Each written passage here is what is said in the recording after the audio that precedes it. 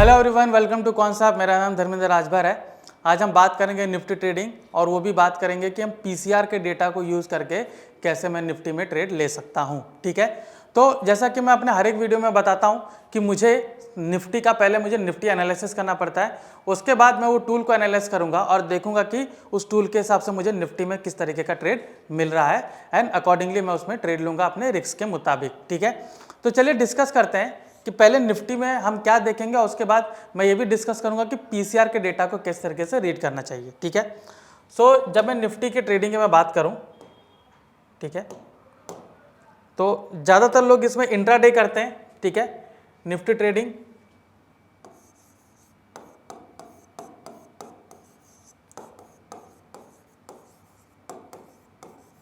ठीक है, जब मैं निफ्टी ट्रेडिंग की बात करूं तो इसमें ज़्यादातर लोग इंट्राडे ट्रेड करते हैं, कुछ लोग पोजिशनल भी करते हैं। ठीक है, बट हम बात करेंगे इंट्राडे ट्रेड के बारे में भी, पोजिशनल दोनों के बारे में बात करेंगे। ठीक है, कुछ लोग पोजिशनल ट्रेड लेते हैं तो हम पोजिशनल के भी बारे में बात करेंगे ताकि दोनों को फ़ायदा हो जाए। ठीक है, तो ये पोजिशनल ट्रेडिंग हो गया।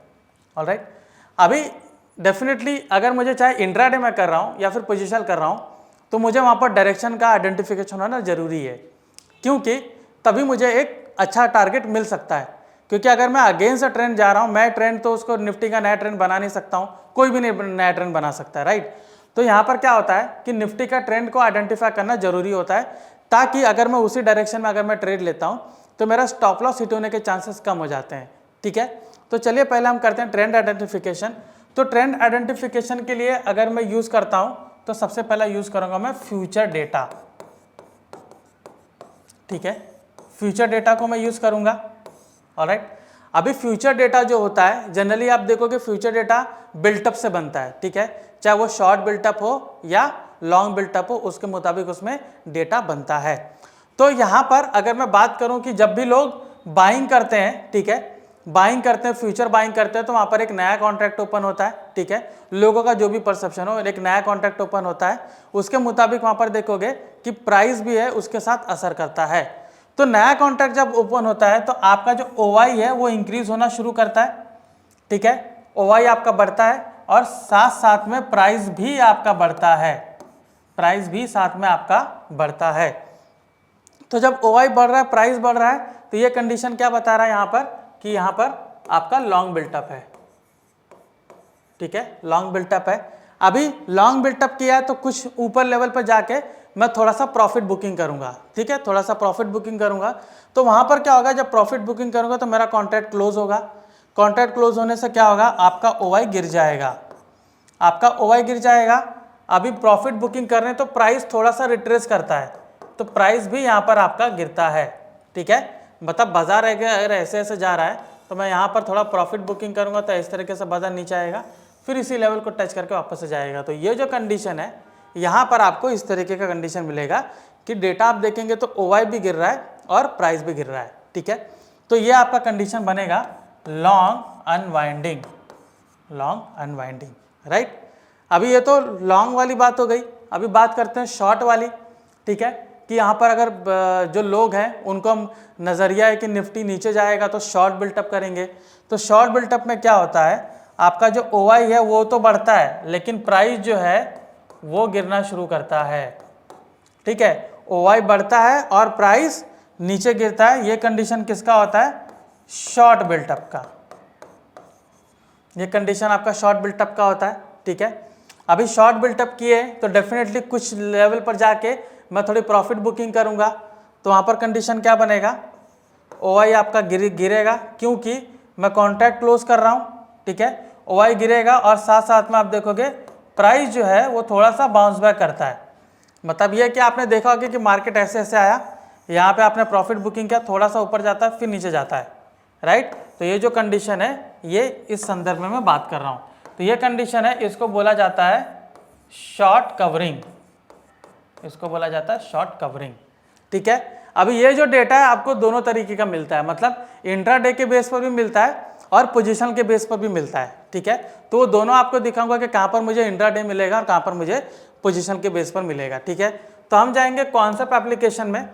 ठीक है, कॉन्सेप्ट एप्लीकेशन में ये ऊपर आप देख रहे हैं ऑप्शंस, इसमें आप ट्रैक में जाइए।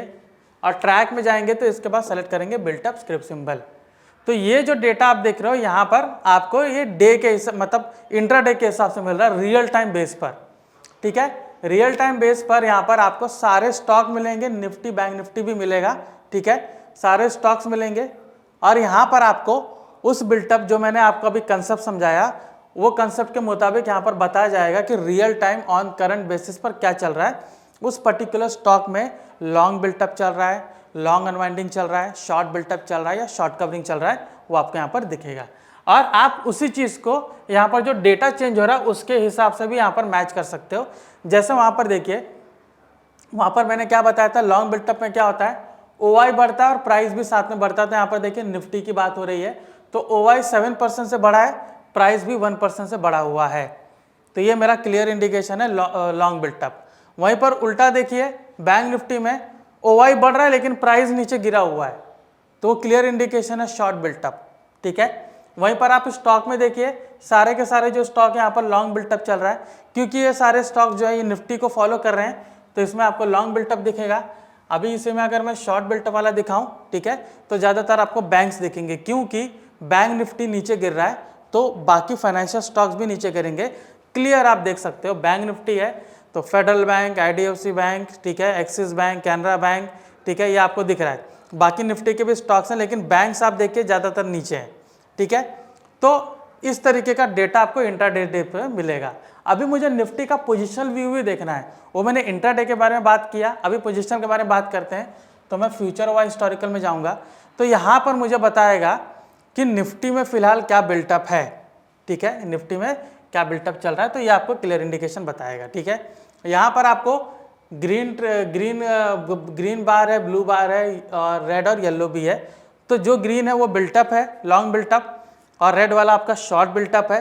तो अगर आपको ग्रीन और ब्लू ज़्यादा दिख रहा है मतलब लॉन्ग बिल्टअप, लॉन्ग अनवाइंडिंग मतलब बुलिश ट्रेंड है, और अगर आपको रेड बार ज़्यादा दिख रहा है उसके साथ येलो है, शॉर्ट बिल्टअप, शॉर्ट कवरिंग, तो मतलब बेरिश मूव है। तो यहाँ पर आप देख सकते हो पूरे तरीके से लॉन्ग बिल्टअप है, निफ्टी किस तरीके से ऊपर आया। यहाँ पर थोड़ी सी लॉन्ग अनवाइंडिंग हुई, क्योंकि इतना ज़्यादा लॉन्ग बिल्टअप है तो लॉन्ग अनवाइंडिंग तो होनी ही थी, ठीक है, जो मैंने आपको उस कंसेप्ट में बताया कि थोड़ा प्रॉफिट बुकिंग होगा। प्रॉफिट बुकिंग से बाजार थोड़ा नीचे आया, यहाँ पर शॉर्ट बिल्टअप हुआ लेकिन शॉर्ट बिल्टअप सस्टेन नहीं किया, अभी लॉन्ग बिल्टअप दिख रहा है मुझे। तो निफ्टी और भी 25,000 के लेवल पर जाने के लिए मूव कर चुका है, देखते हैं वहाँ पर पहुँचता है या नहीं, ठीक है। तो ये मेरा बिल्टअप का कंडीशन था। अभी मैं देखता हूँ कि PCR को डेटा को कैसे मैं यूज़ करूँगा, ठीक है। हम सिर्फ डेटा यूज़ कर रहे हैं, टेक्निकल चार्ट में आपको थोड़ा दिखाऊंगा लेकिन मैं टेक्निकल आपको यूज़ करके नहीं बताऊंगा, बिकॉज यहाँ पर मैं डेटा की बात कर रहा हूँ। टेक्निकल अगर आपको देखना है तो थोड़ा बहुत मैं उसमें बताऊंगा, उतना ज़्यादा देखने की ज़रूरत नहीं, लेकिन अगर डेटा आप यूज़ करें तो आपके लिए ज़्यादा फायदेमंद है, ठीक है। तो चलिए मैं यहाँ पर डेटा की बात करता हूँ। तो मैं बात कर रहा हूँ PCR डेटा की। PCR डेटा का सिंपल है आपका पुट कॉल रेशो।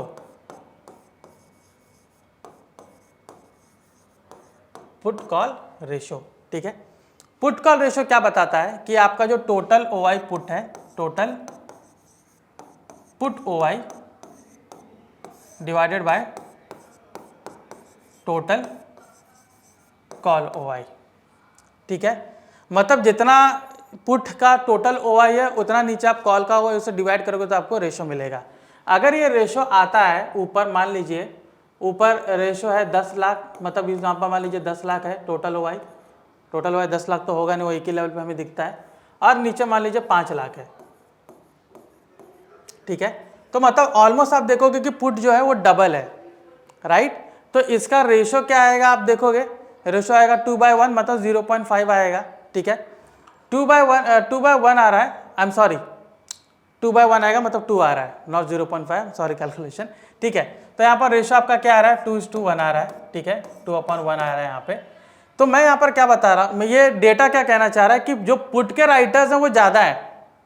अभी पुट राइटिंग ज़्यादा कब होती है, जब लोगों का सेंटीमेंट ज़्यादा होता है कि ये बुलिश जाएगा, तो डेफिनेटली यहाँ पर क्या होगा, जो PCR रेशो वो बढ़ेगा। जब PCR रेशो ऊपर ऊपर ऊपर ऊपर बढ़ता है तो ज़्यादा इंडिकेट करता है कि पुट राइटिंग बहुत ज़्यादा हो रही है, तो बाजार के ऊपर जाने के आसार ज़्यादा हैं, ठीक है। वहीं पर अगर PCR कम हो रहा है, ठीक है, अभी मान लीजिए PCR यहाँ पे होता है 0.5, ठीक है, 0.5 या 0.2 हो रहा है, ठीक है, 1 से कम है, ठीक है, लेस देन 1, ऑलराइट, 1 ज़्यादा यहाँ पर आ रहा है, या फिर मैं बोलूँगा कि ग्रेटर देन 1 यहाँ पर आ रहा है, ठीक है, तो लेस देन 1 यहाँ पर आ रहा है। तो जब 1 से नीचे आता है मतलब वहाँ पर मैं ये कहूँगा कि जो कॉल राइटर्स है वो वहाँ पर ज़्यादा है। तो जब कॉल राइटर्स ज़्यादा होते हैं तो क्या इंडिकेट कर रहा है कि बाजार नीचे आ सकता है, ठीक है। कॉल राइटिंग कब होती है, जो ओटीएम लेवल पे ज़्यादा वो लोग कॉल राइटिंग करते हैं, तो वहाँ पर क्या बताता है कि ये जो कॉल राइटर्स हैं बाजार को नीचे रखने के लिए ज़्यादा उत्सुक हैं, तो कॉल राइटिंग ज़्यादा होगी, ज़्यादा से ज़्यादा लोग कॉल राइटिंग करेंगे ताकि उनको टाइम डीके का फ़ायदा मिले, और पीसीआर घटने से उनको वहाँ पर देखोगे कि बाजार भी नीचे आता है तो उनको टाइम डीके का फ़ायदा मिलता है। तो यहाँ पर एक सिंपल कैलकुलेशन है कि जब पीसीआर आप देखोगे, पीसीआर जब इंक्रीज होता है, ठीक है, पीसीआर जब इंक्रीज होता है, ठीक है, मैं कहूँगा कि प्राइस भी साथ में इंक्रीज होता है, प्राइस भी साथ में इंक्रीज होता है, तो ये पूरा कंडीशन आप देखोगे बुलिश का कंडीशन होता है। वहीं पर अगर पीसीआर जो है वो नीचे गिरना शुरू करता है और प्राइस भी साथ में नीचे गिरना शुरू करता है, ठीक है, क्योंकि शॉर्ट बिल्टअप चल रहा है, शॉर्ट बिल्टअप नहीं, वहाँ पर कॉल रेटिंग ज़्यादा हो रही है, तो यहाँ पर आपका बैरिशनेस मुझे देखने को मिलता है कि मार्केट पूरा बैरिश है, पूरे के पूरा बैरिश है, तो मैं कहूँगा कि मार्केट नीचे जाएगा। तो ये पीसीआर का एक सिंपल, आप देखोगे सिंपल मैसेज था, एक सिंपल कैलकुलेशन था और एक सिंपल अंडरस्टैंडिंग है, ठीक है। पीसीआर को इसी तरीके से हम देखते हैं। तो अभी हम आते हैं टूल पर, ठीक है। तो जब मैं टूल पर जाऊंगा, ठीक है, कॉन्सेप्ट एप्लीकेशन ये रहा, ठीक है, तो हमने कॉन्सेप्ट एप्लीकेशन ओपन किया, हमने बिल्टअप देखा था, अभी एनालाइज पे जाके मैं सेलेक्ट करूंगा पीसीआर, ठीक है। तो यहाँ पर आपको दो पीसीआर, ओवाई पीसीआर दिख रहा है और वॉल्यूम पीसीआर दिख रहा है। तो जब मैं वॉल्यूम की बात कर रहा हूँ तो ये टोटल ट्रेडिंग वॉल्यूम की बात हो रही है, ठीक है।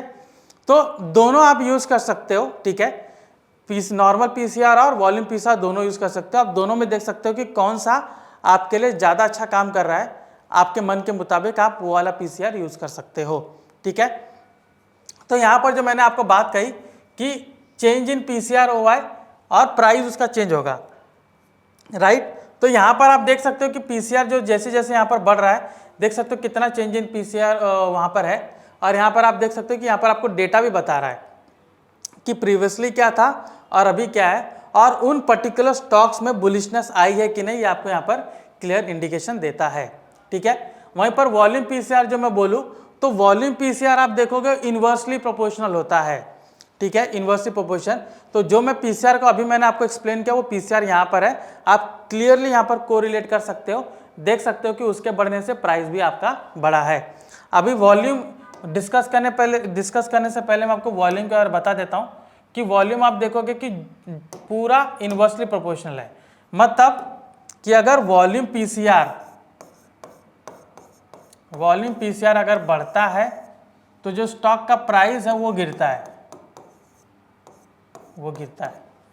और यही वॉल्यूम पीसीआर जब नीचे गिरता है तो ये जो प्राइस है ये ऊपर बढ़ेगा, ठीक है। इन्वर्सली प्रोपोर्शनल होता है कंपेयर टू नॉर्मल जो हम लोग ओवाई पीसीआर यूज कर रहे हैं, ठीक है। तो मैंने ये देखा, ऑलराइट। अभी मैं बात कर रहा हूं कि ये जो पीसीआर है, ये डेटा आप देखोगे कहाँ कहाँ होता है, मैं वो भी आपको बता देता हूं। जब मैं ओवाई की बात कर रहा हूं तो अगर कोई भी पर्टिकुलर स्टॉक है, ये मान लीजिए उसका स्पॉट है और ये उसका ओटीएम का स्ट्राइक्स है, ठीक है, ये कॉल ओटीएम्स है,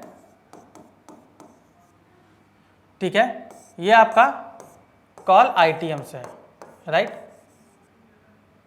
कॉल आईटीएम्स, सॉरी, कॉल आईटीएम। और यही हम उल्टा करेंगे तो ये क्या हो जाएगा, आपका पुट आईटीएम हो जाएगा, और ये आपका पुट का ओटीएम हो जाएगा, ठीक है। तो जो पीसीआर का डेटा है, ठीक है, पीसीआर का डेटा है वो अगर ओटीएम पर भी चेंज होता है ना तो भी आपको वहां पर रिफ्लेक्ट करता है कि पीसीआर जो पुट कॉल रेशियो वहां पर कुछ चेंजेस आया हुआ है, ठीक है। वो ओटीएम लेवल पर भी आप देखोगे अगर कहीं पर कुछ चेंजेस आता है, जैसे कॉल का ओटीएम ये रहा, पुट का ओटीएम ये रहा, तो आपको वहां पर भी बताता है कि यहाँ पर कुछ चेंजेस आया है, इसकी वजह से पीसीआर का डेटा चेंज हो रहा है और वो रिफ्लेक्ट भी कर रहा है, ठीक है। तो मैं क्या करूँगा उसके मुताबिक वहाँ पर ट्रेड लेता हूँ। लेकिन मैं ये नहीं कहूँगा कि ये पूरे तरीके से इसको हम नहीं मानेंगे, लेकिन थोड़ा सा आउटडेटेड हो जाता है, ठीक है, थोड़ा सा आउटडेटेड हो जाता है। तो मुझे क्या है ना, मुझे एक मार्केट फोर्स चाहिए, मार्केट ड्रिवन फोर्स चाहिए। अभी मार्केट अगर आप देखोगे, कोई भी स्टॉक ले लो या इंडाइसेस ले लो, वो उसका एटीएम या आईटीएम का जो ऑप्शंस होता है वहाँ पे जो चेंजेस होता है उसके वजह से वो फोर्स मतलब जनरेट होता है, और वही ड्राइविंग फोर्स होता है उसका, वहीं से आप देखोगे वो मूव करना शुरू करता है। तो ज़्यादा पावर किस में, एटीएम और आईटीएम पे। तो अगर एटीएम और आईटीएम पे, ठीक है, यहाँ पर मैं बात करूँ इसमें और इसमें, अगर यहाँ पे कुछ चेंजेस होता है, ठीक है, तो वो मुझे पीसीआर में रिफ्लेक्ट करना चाहिए, राइट। तो अभी जो नॉर्मल पीसीआर आप यूज़ करते हो ना, उसमें ये आइडेंटिफाई करना बहुत मुश्किल होता है कि वो एटीएम का है कि आईटीएम का है, ठीक है, वो हर जगह का वो कैलकुलेशन करता है। तो हमने क्या किया, हमने पीसीआर में मॉडिफाइड पीसीआर यूज़ किया है, जिसमें जो एटीएम और आईटीएम का डेटा देखता है और उसके मुताबिक वहाँ पर आपको डायरेक्शन देता है कि ये जो निफ्टी या बैंक निफ्टी कौन से डायरेक्शन में रह सकता है, जिसके मुताबिक आप उसमें ट्रेड ले सकते हो, ठीक है। तो चलिए हम जाते हैं कॉन्सेप्ट एप्लीकेशन पे अगेन, ठीक है। तो ये आप देख रहे हो पीसीआर, ये नॉर्मल पीसीआर, वॉल पीसीआर, यहाँ पर आप देख सकते हो। मैं आता हूँ ओवाई पीसीआर हिस्टोरिकल, और इसमें मैं सेलेक्ट करूँगा मॉडिफाइड ओवाई पीसीआर, ठीक है। मॉडिफाइड ओवाई पीसीआर में आपको यहाँ पर क्या बताएगा, एक सिंपल कैलकुलेशन बताएगा कि मार्केट ऊपर रह सकता है कि नीचे रह सकता है आने वाले दिनों के लिए, ठीक है। तो यहाँ पर आप देख सकते हो कि ये फ्यूचर का प्राइस है, और जो ग्रीन वाला जो आप ये लाइन देख रहे हो ये आपका ओवाई पीसीआर है, ठीक है। यहाँ पे बहुत सिंपल कैलकुलेशन है कि आपको रेड ट्रायंगल और ग्रीन ट्रायंगल दिखाया जाएगा, ठीक है। तो रेड ट्रायंगल आपको क्या बताएगा कि इसका डाउनवर्ड डायरेक्शन रह सकता है, और ग्रीन ट्रायंगल बताएगा कि अपवर्ड मूव रह सकता है। तो जैसे यहाँ पर 19 जुलाई को यहाँ पर इंडिकेट किया था कि मार्केट नीचे जा सकता है, 19 जुलाई को प्राइस था उसका 24529, ठीक है, 24529, और वहां से मार्केट पूरा नीचे गिर के लो इसने बनाया है 24388, ठीक है, 24388, और अभी मार्केट उसके बाद अप ट्रेंड में आज के दिन अप ट्रेंड में ऊपर से भागा है। तो मैं ये कहूँगा कि जो 19 जुलाई को जो डेटा आया था उसके हिसाब से देखिए मार्केट काफ़ी नीचे गिरा हुआ है। तो मैं क्या करूँगा कि जब मुझे डायरेक्शन डाउन ट्रेंड बताया तो मैं डाउन ट्रेंड में ही ट्रेड लूँगा, भले वो इंट्राडे हो या पोजिशनल हो, ठीक है। उसके पहले देखिए 15 जुलाई को इसमें ट्रेड आया था। 15 जुलाई को इसने क्या बोला था कि यहाँ पे 24621 है, यहाँ से मार्केट थोड़ा ऊपर जा सकता है। तो आप देखोगे 18 जुलाई को उसने टच किया था 24809, ठीक है, ऑलमोस्ट आप देखोगे वहाँ से 250 पॉइंट ऊपर गया था, ठीक है। तो ये बहुत बड़ा मूव जो है ये आप पीसीआर को डेटा को यूज़ करके इजीली कैप्चर कर सकते हो। चलिए हम आते हैं कॉन्सेप्ट टूल पे, ठीक है, और जाते हैं हम डेटा चार्ट पे देखते हैं। तो पहले मैंने क्या देखा कि 19 को डाउन ट्रेंड आया था, उसके हिसाब से ट्रेड लेंगे, और 15 को अप ट्रेंड आया था तो मैं उसके हिसाब से ट्रेड लूँगा, ठीक है।